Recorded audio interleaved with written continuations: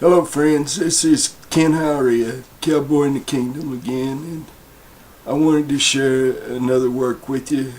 I grew up riding and training horses from an early age and broke a lot of horses, and when I was younger we started horses a lot older than they do now. Most of them were 3 and 4 and even sometimes 5 and 6 year old horses, and we roped them, choked them, saddled them, and rode them till they quit bucking and put them to work.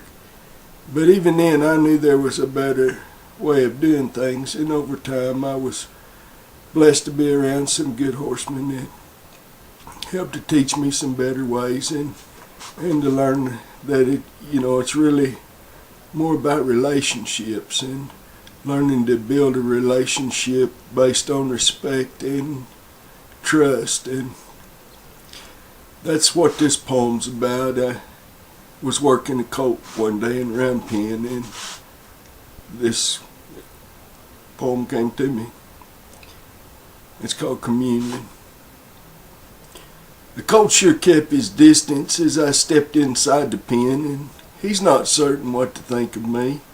Am I a foe or friend?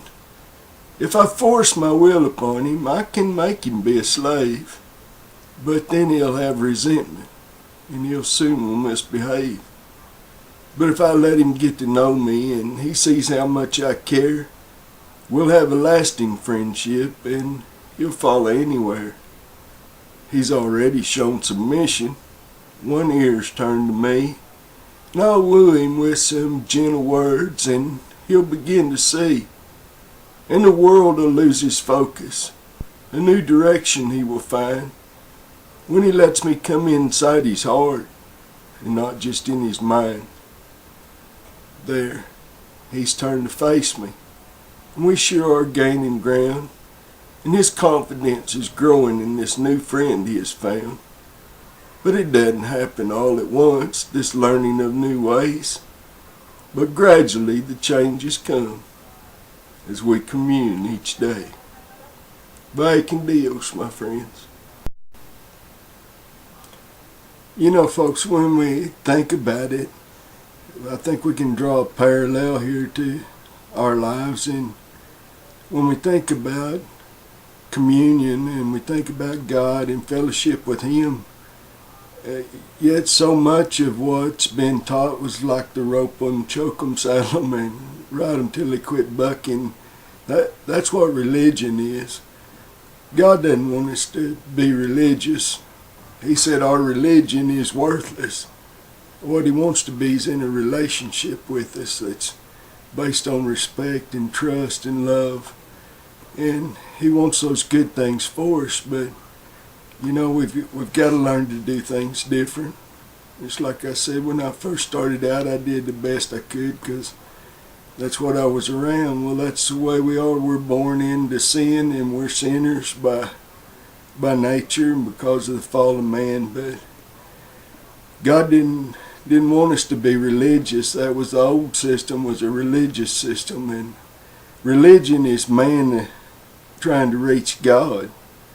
And really what's more important is how God reaches out to man, and He's done that for us through His love in His Son Jesus Christ that came and fulfilled that old way.